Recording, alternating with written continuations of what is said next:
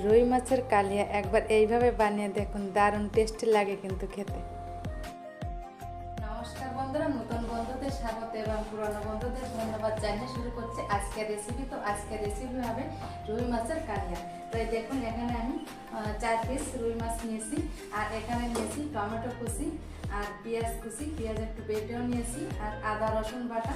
তো প্রথমে আমি রুই মাছটাকে তো পরিষ্কার করে ধুয়ে জলটা ঝরিয়ে নিয়েছি। তো মাছটাকে আমি প্রথমে লবণ হলুদ মাখিয়ে নিব। তো প্রথমে দিয়ে দেব হলুদ গুঁড়া,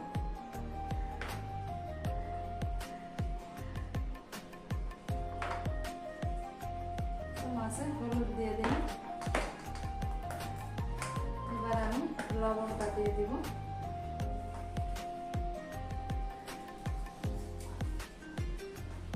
মাছে লবণ হলুদ দিয়ে দেওয়া হয়েছে। এবার আমি একটু সরিষার তেল দিয়ে দেব।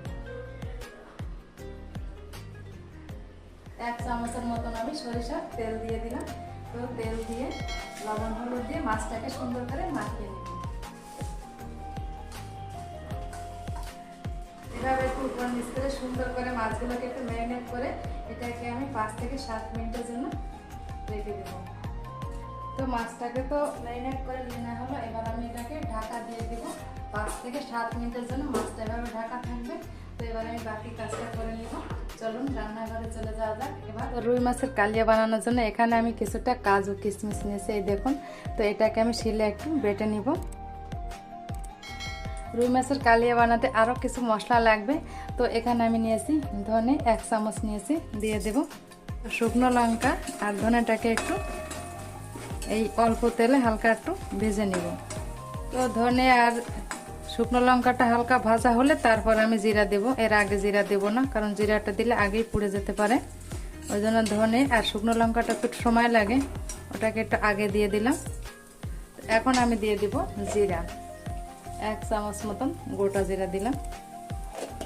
তো ধনে জিরা আর শুকনো লঙ্কাটাকে আমি একটু হালকা তেলে তারপর আমি এটাকে শিলে একটু বেটে নিব। তো এবার আমি এটাকে নামিয়ে শিলে একটু বেটে নিব। মশলা তেলটাকে কিন্তু খুব ভালোভাবে গরম করে নিয়েছি। এবার আমি মাছগুলোকে ভেজে নিব।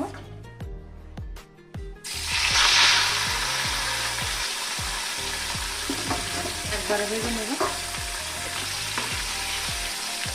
উল্টে দিব। দেখুন,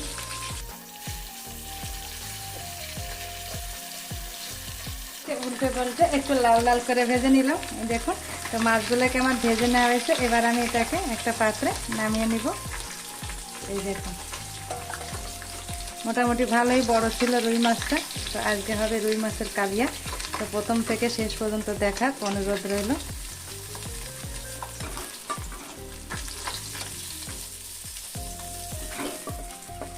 আঁচটাকে কমিয়ে দিতে হবে অবশ্যই। দিয়ে দিব গোটা জিরা, আঁচটাকে অবশ্যই লো ফ্লেমে আছে। দিয়ে দেব একটা তেজপাতা, ও বাবা, একটা শুকনো লঙ্কা। এখানে নিয়েছি পেঁয়াজ কুচি, পেঁয়াজ বাটা। তো পেঁয়াজ কুচিটা আমি প্রথমে দিয়ে দেব। আঁচটাকে কিন্তু অবশ্যই লো ফ্লেমে রেখেছি। লো ফ্লেমে রেখে মশলাটাকে আমি একটু কষিয়ে নেব। বাটা একটাকে দিয়ে দিলাম। এবার দিয়ে দিব আদা রসুন বাটা। এবার দিয়ে দিব টমেটো কুচি।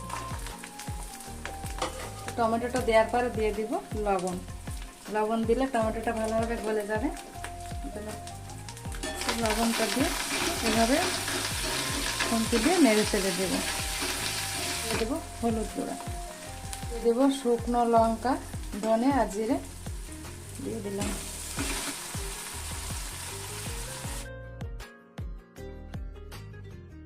এবার একটু কষিয়ে নিতে হবে। এবার আমি অল্প পরিমাণ জল দিয়ে দিব। খুবই অল্প পরিমাণ জল দিয়ে মশলাটাকে একটু কষিয়ে নেব। তো মশলাটা থেকে কিন্তু তেল ছিটতে শুরু করেছে। এবার দিয়ে দেব আমি কাজু কিশমিশ বাটা। এই মশলাটা কিন্তু আসল, কিন্তু অবশ্যই দেবেন। কাজু কিশমিশ বাটা দিয়ে রুই মাছের কালিয়া একবার হলো খেয়ে দেখবেন। আবার একটু নেড়ে চেড়ে দিব। এই দেখুন খুব সুন্দরভাবে কিন্তু মশলাটা কষানো হয়েছে, আর মশলা থেকে তেলও ছাড়তে শুরু করছে। দেখুন কত সুন্দর মশলাটা কষিয়ে নিয়েছি। এবার এই কাজু কিশমিশের প্লেটটা দিয়ে আমি একটু জলটা দিয়ে দিব।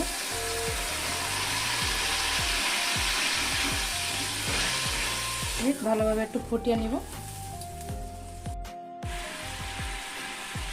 আর এই যে দেখুন তেজপাতাটা মনে হচ্ছে আমার দিকে তাকিয়ে আছে। তেজপাতা, ও তেজপাতা তুমি তাকিয়ে থেকো না, ঢুকে যাও গ্রেভির ভিতর। তো এবার আমি দিয়ে দেব মাছ, ভেজে রাখা রুই মাছ।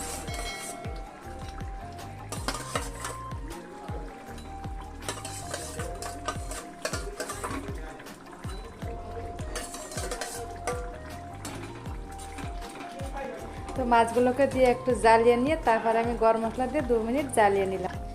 তো ফাইনালি তৈরি হয়ে গেল রুই মাছের কালিয়া রেসিপি। এই দেখুন, এটাকে ঢাকা দিয়ে রেখেছিলাম 5 মিনিটের জন্য। 5 মিনিট পর ঢাকাটাকে তুলে নিলাম। দেখুন কালারটাও কত সুন্দর হয়েছে, দেখতেও যেমন, খেতেও কিন্তু অসাধারণ হয় এইভাবে রুই মাছের কালিয়া রান্না করলে। আর গরম ভাতের সাথে তো কোনো কথাই নেই বন্ধুরা।